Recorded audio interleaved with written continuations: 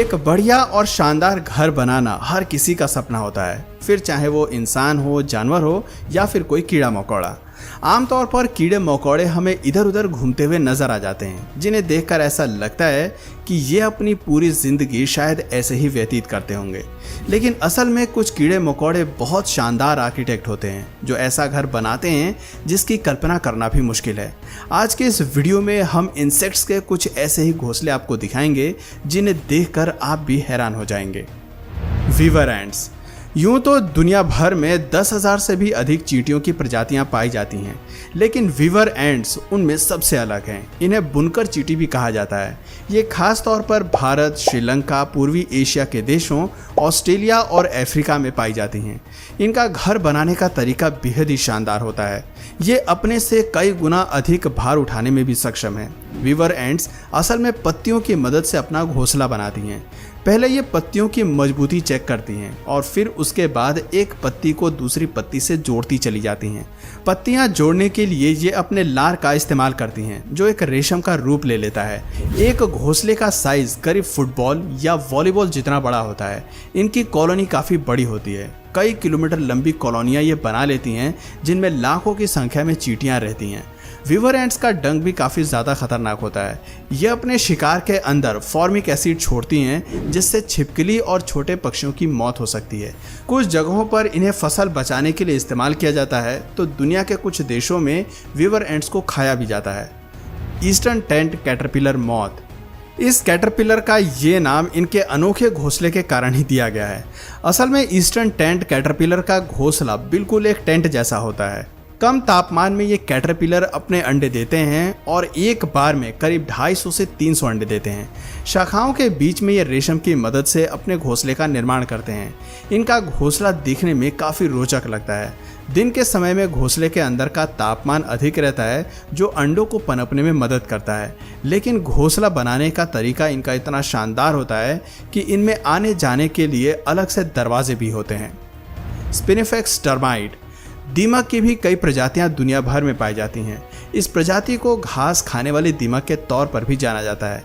ये ऑस्ट्रेलिया के मैदानों में रहती हैं। स्पिनिफिक्स टर्माइट्स अपना घर रेत और मिट्टी की मदद से बनाती हैं, जो दिखने में किसी चट्टान जैसे लगते हैं। एक टीले के अंदर लाखों करोड़ों की संख्या में दीमक रहती हैं और इनका वजन कई टन का होता है। दीमक की कॉलोनी के आधार पर इनके टीले का वजन तय होता है। ये चिकने और उभरे हुए दोनों प्रकार के टीले बनाने में सक्षम होती हैं। ये कई बार मिट्टी की क्वालिटी के आधार पर भी निर्भर करता है। Acrobat ants. एक्रोबैट एंट्स शानदार आर्किटेक्ट मानी जाती हैं। ये पेड़ की ऊंची शाखाओं और टहनियों पर अपना घर बनाती हैं। ये चींटियां अपने से कई गुना अधिक वजन उठाने के लिए भी जानी जाती हैं। ये अपना घोंसला मिट्टी, पत्तों और पौधों की मदद से तैयार करती हैं। अपने घर के अंदर ये कई सारे कमरे बनाती हैं। एक्रोबैट एंट्स की लंबाई आमतौर पर 3.2 mm के बराबर होती है। इनका कलर ब्राउन और ब्लैक होता है। घोंसला बनाने के लिए ये मिट्टी और पत्तों को आपस में जोड़ती हैं और आराम से उसमें रहती हैं। लेकिन एक वुड पिकर इनके आराम में खलल डालने का काम करता है। असल में एक प्रजाति की मादा वुड पिकर एक्रोबैट एंट्स के घोंसले के अंदर अपना अंडा दे देती है। वो वुड पिकर कई बार चींटियों का अपना भोजन भी बना लेते हैं। Organ pipe mud Dabur. यह ततैये की एक प्रकार की प्रजाति है और इसका ये नाम इसके घोंसले के कारण ही पड़ा है। इन ततैयों का घोंसला बिल्कुल किसी ऑर्गन के पाइप की जैसा नजर आता है। ये कीचड़ की मदद से दीवार पर अपना घोंसला बनाती हैं। ऑर्गन पाइप मड डॉबर बहुत ज़्यादा समझदार माने जाते हैं। ये ऐसी वैसी जगह पर अपना घोंसला नहीं बनाते। घोंसला बनाने से पहले ये जगह की अच्छी तरह से निरीक्षण करते हैं। वे चेक करते हैं कि वहाँ पर ज़्यादा धूप या बारिश ना आती हो, जिससे उनके घोंसले को नुकसान न पहुँच सके। मिट्टी को छान कर ये अपना घोंसला बनाती हैं। घोंसला बनाने की जिम्मेदारी मादा की होती है, तो वहीं नर बाहर रहकर उसकी देखभाल करता है। नेस्ट के अंदर ये अलग अलग चैम्बर्स बनाते हैं। एक चैम्बर में ये मादा ततैया अंडे देती है, तो वहीं दूसरे चैम्बर में ये मकड़ी खाने का सामान और अपना शिकार इकट्ठा करती है। इनके नेस्ट की एंट्रेंस उल्टे वी जैसी होती है। Small brown paper wasp. दोस्तों, ये भी ततैये की एक प्रकार की प्रजाति है। इसे ऑस्ट्रेलियाई पेपर ततैया कहा जाता है। इनका घोंसला दिखने में काफ़ी हद तक मधुमक्खी के छत्ते जैसा होता है। मधुमक्खियों की कॉलोनियों की तरह ही स्मॉल ब्राउन पेपर वास्प में भी रानी ततैया होती है जो अंडे देती है। वहीं वर्कर्स घोंसला बनाने का काम करती हैं। ज़्यादातर ये अपना घोंसला अपनी कॉलोनियों के पास ही बनाना पसंद करती है। शाखों के नीचे लटकता हुआ ये अपना घोंसला बनाती हैं। घोंसला बनाने के लिए ये लार और लकड़ी का इस्तेमाल करती हैं। स्मॉल ब्राउन पेपर वास्प का डंक काफ़ी ज़्यादा खतरनाक होता है। हालांकि इनका डंक जानलेवा नहीं होता, इनका डंक पीछे की साइड होता है। अगर इनके घोंसले पर कोई भी बाहरी जीव हमला करने की कोशिश करता है तो सभी नर और मादा मिलकर अपने घर का बचाव करते हैं। मीडो स्पिटलबग, ये कीड़ा दिखने में कुछ मेंढक जैसा लगता है, हालांकि साइज इसका बहुत छोटा होता है और इसके नाम से आपको अंदाज़ा लग गया होगा कि ये थूक की मदद से अपना घर बनाते हैं। ये कीड़ा यदि पेड़ पर बैठा होगा तो आपको थूक के झाग जैसा नजर आएगा, लेकिन असल में वही इसका घर होता है।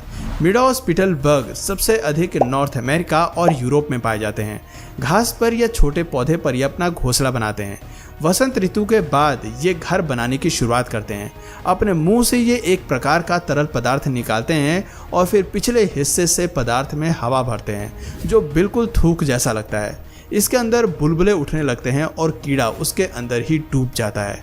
अब ये कीड़ा कुछ देर के लिए अपना घर सूखने के लिए छोड़ देता है। आमतौर पर मीडो स्पिटलबग का जीवन चक्र 4 से 6 हफ्तों का ही होता है।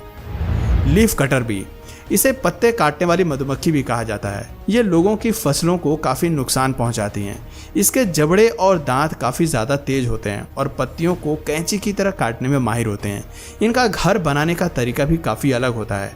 घर बनाने के लिए ये ऐसी लकड़ी का चयन करती हैं जिनके अंदर गड्ढे मौजूद होते हैं। उन गड्ढों के अंदर ये पत्तियाँ भरती हैं और फिर वहाँ पर अंडे देती हैं। अंडे देने के बाद ये लकड़ी के छोटे गड्ढे को ऊपर से बंद कर देती हैं और यही प्रक्रिया वो फिर से दोहराती रहती हैं। इस तरह करके कई सारे लकड़ी के छेद और गड्ढों में ये अपने अंडे दे देती है। एक घर बनाने में इस मधुमक्खी को करीब 10 घंटों का समय लग जाता है। बैगवॉर्म मॉथ, दोस्तों बैगवॉर्म मॉथ की 1300 से अधिक प्रजातियां दुनिया भर में पाई जाती हैं और ये लेपिडोपेट्रा फैमिली से ताल्लुक़ रखती हैं। मेडागास्कर, साउथ अफ्रीका और नामीबिया में बैगवॉर्म को किसानों का काफ़ी नुकसान करते हुए देखा गया है, क्योंकि ये ऑर्चर्ड्स और फ्रूट्स के फसलों को बर्बाद कर देते हैं। इनकी लंबाई आधा इंच से लेकर 6 इंच तक होती है। बैगवॉर्म को शानदार आर्किटेक्ट भी कहा जाता है। मॉथ कैटरपिलर्स एक खास प्रकार का घर बनाते हैं। ये अपने सिल्क, पत्तों, लकड़ियों और घास की मदद से अपना घोंसला बनाती हैं। मादा बैगवॉर्म अपने बच्चों के लिए खाना जमा करती हैं। एक बारी में 500 से 1000 अंडे मादा बैगवॉर्म देती है। बैगवॉर्म जो अपना घर बनाते हैं वो दिखने में काफ़ी शानदार होता है। वो घर इन्हें प्रोटेक्ट करने का काम करती है। एक बैगवॉर्म अपने साथ पूरा घर उठाकर चलने में सक्षम होती है। अन्य जानवरों की नज़र भी बैगवॉर्म पर आसानी से नहीं आती, जिससे इन्हें दूसरे जानवरों से प्रोटेक्शन मिल जाती है। लार्वा भी इन्हीं घरों में बढ़ते रहते हैं। पिकेट फेंस ककून, अंत में आपको एक ऐसा घर दिखाएंगे जिसे देखकर आप ये समझ ही नहीं पाएंगे कि असल में ये किसका घर है। पेरू के अमेज़न फॉरेस्ट में रिसर्चर्स की टीम ने इस अनोखे कोकून को पहली बार देखा था। ये कोकून दिखने में काफ़ी रहस्यमय लग रहा था। बीच में एक पोल और तंबू जैसी आकृति और चारों तरफ फेंसिंग की गई है। देखने से अंदाज़ा लगाया जा सकता है कि ये किसी शानदार आर्किटेक्ट नहीं बनाया होगा। कुछ दिनों तक वैज्ञानिकों ने इस पर नज़र बनाए रखी और फिर बाद में इसमें से एक मकड़ी बाहर आई, जो बाहर आते ही जाला बुनने लगी। तो दोस्तों उम्मीद करते हैं कि आपको हमारी आज की ये वीडियो पसंद आई होगी। आपको इनमें से कौन से कीड़े का घर सबसे ज़्यादा रोचक और इंटरेस्टिंग लगा, नीचे कमेंट सेक्शन में ज़रूर बताइए। और अगर इस वीडियो से आपको कुछ नया जानने या फिर सीखने को मिला तो प्लीज़ इस वीडियो को एक लाइक करके अपने फ्रेंड्स और फैमिली में से ज़रूर शेयर करें। और यदि आप इस चैनल पर नए हैं तो प्लीज़ इस चैनल को सब्सक्राइब करके बेल नोटिफिकेशन आइकन को ऑन कर लीजिए, ताकि हमारे आने वाले वीडियोज़ आप मिस ना करें। मिलते हैं फिर किसी वीडियो में नए टॉपिक के साथ, तब तक के लिए नमस्कार।